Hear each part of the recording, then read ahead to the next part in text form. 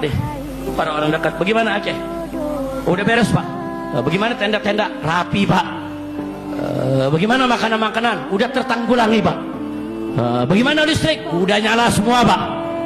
Bagaimana jembatan-jembatan yang rubuh? Udah beres, udah nyambung. Sama gedebong pisang dari nyambungnya. Ya pokoknya laporan yang penting Bapak Presiden senang. Oh begitu. Terus Presiden tanya, jadi kalau begitu apa perlu nyatakan bencana nasional? Nggak usah Pak, nggak usah. Itu urusan kita-kita lah. Kita cinta Bapak, kita bela Bapak, kita yang beresin. Luar biasa sudah. Makanya Presiden sampai sekarang nggak mau menyatakan bencana nasional. Nah kalau ada yang tanya, Habib, kenapa ada oknum-oknum yang takut kalau di sana dijadikan bencana nasional? Kenapa takut saudara? Karena kalau jadi bencana nasional, gelombang bantuan dari luar negeri datang. Bukan bantuannya yang mereka takut. Kalau sudah dibuka, jurnalis-jurnalis internasional akan datang semua saudara. Peneliti-peneliti seluruh dunia akan datang saudara. Di samping mereka membawa jutaan ton bantuan, mereka juga membawa peneliti-peneliti, penyidik, pemeriksa, jurnalis saudara. Mereka mencari kenapa ini hancur begini. Oh ini karena banjir. Kenapa bisa banjir? Oh karena hutannya gundul. Kenapa gundul? Oh karena ada program ini dan program itu. Siapa yang buat program? Dan oh yang buat programnya pemerintah. Siapa yang tanda tangannya? Oh ini yang ngerjain adalah perusahaan. Apa nama perusahaannya? Siapa pemilik perusahaan? Nah terus dari mana tuh dia punya izin? Siapa yang tanda tanganin izinnya? Dibongkar semua saudara. Jadi banyak yang takut kalau itu semua dibongkar. Mereka semua masuk penjara.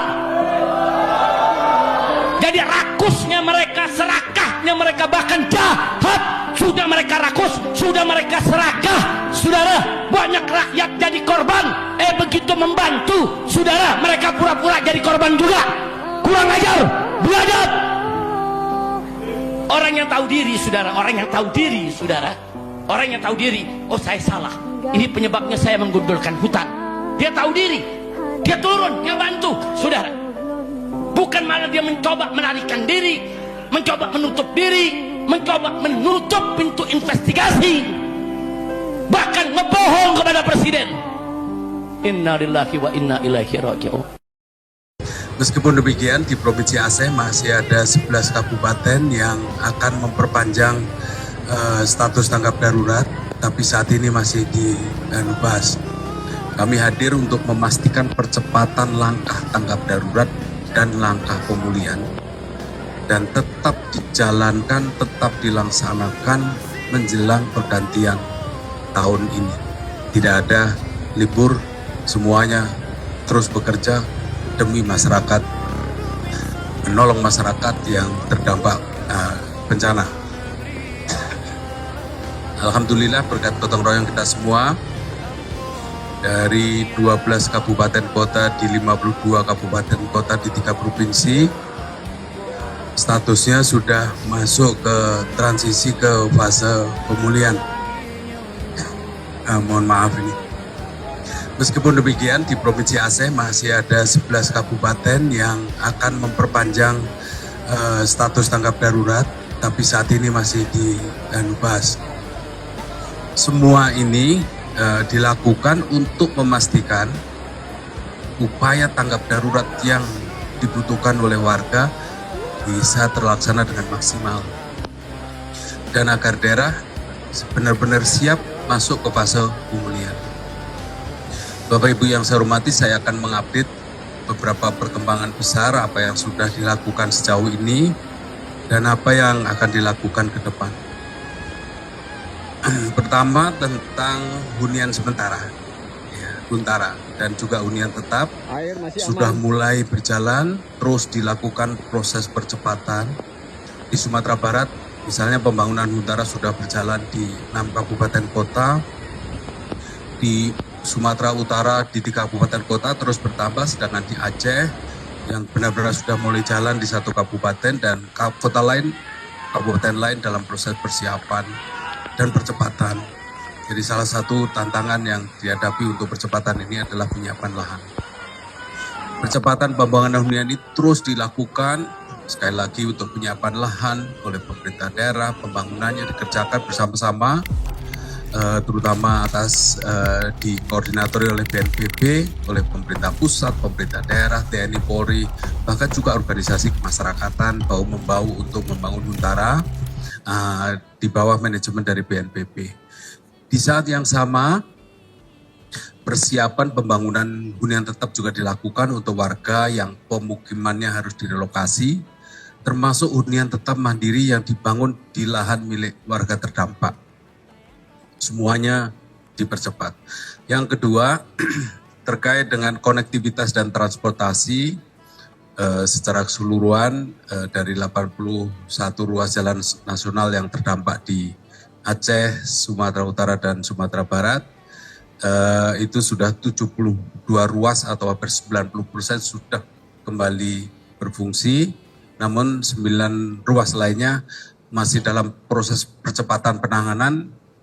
Ini terus dipercepat, pengerjaannya tidak ada berhentinya, agar konektivitas dan distribusi logistik serta akses layanan darurat bisa semakin lancar.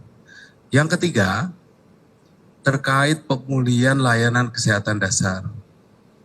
Pemerintah melalui Kementerian Kesehatan dengan dibantu bersama warga, relawan, dan juga TNI Polri terus mempercepat pemulihan rumah sakit di wilayah terdampak serta layanan di puskesmas.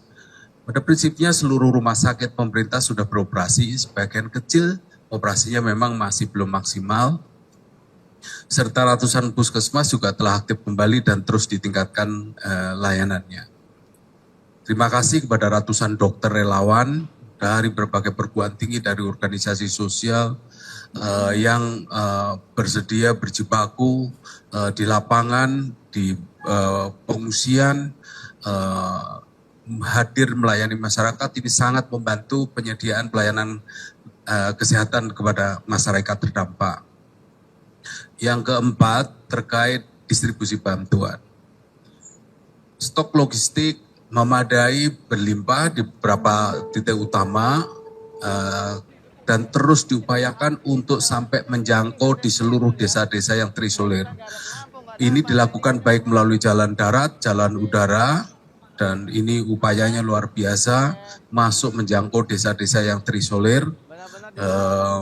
Di beberapa daerah seperti misalnya saja di Aceh Tengah, di Bener Meriah, para petugas, Babinsa, Babim Kaptimas, para relawan bekerja keras untuk menggunakan motor trail, mendistribusikan logistik, bahan makanan, BBM, LPG, dan lain-lain.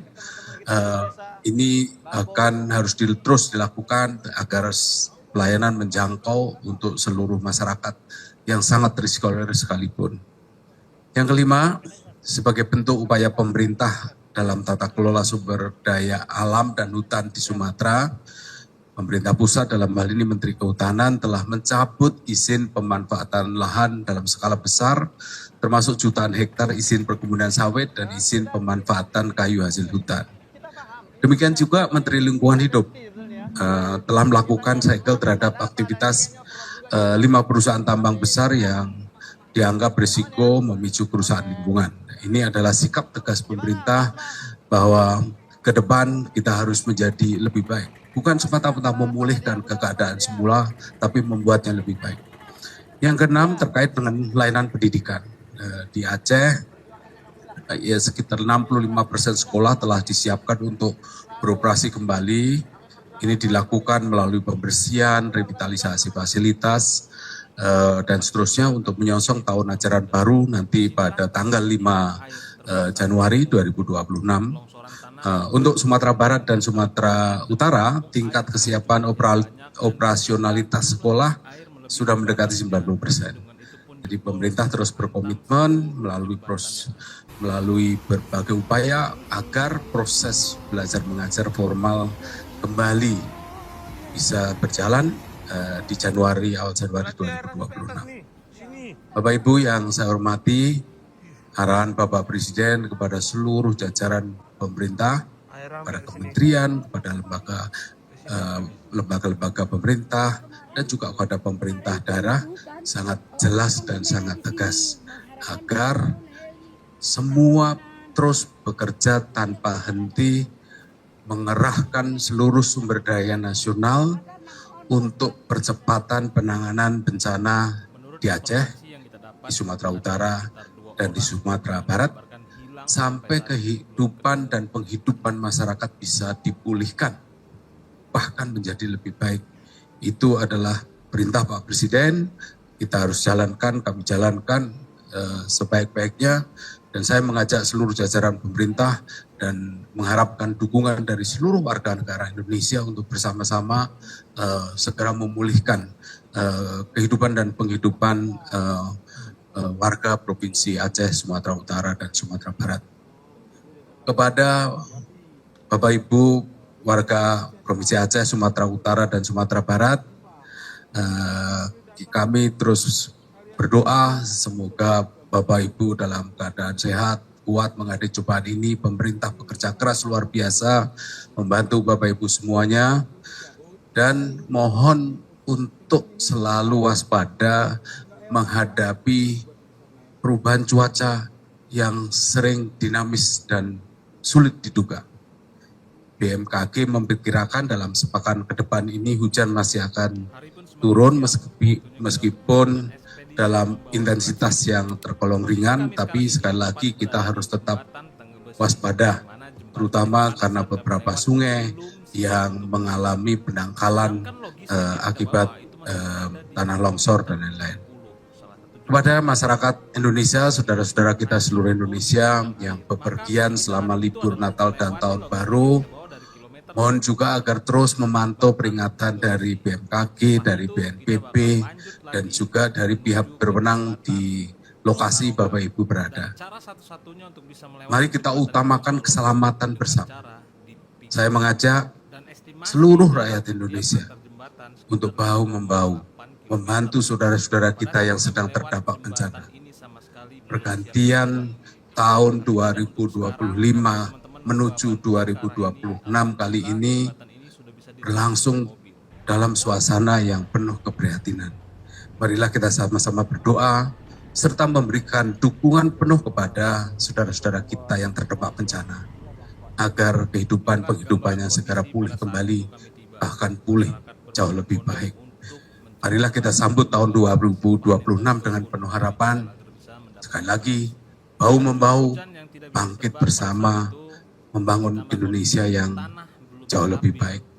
Sekian Bapak Ibu sekalian, terima kasih. Wassalamualaikum warahmatullahi wabarakatuh. Saya kembalikan ke Pak Kepala Pusdatin di Jakarta.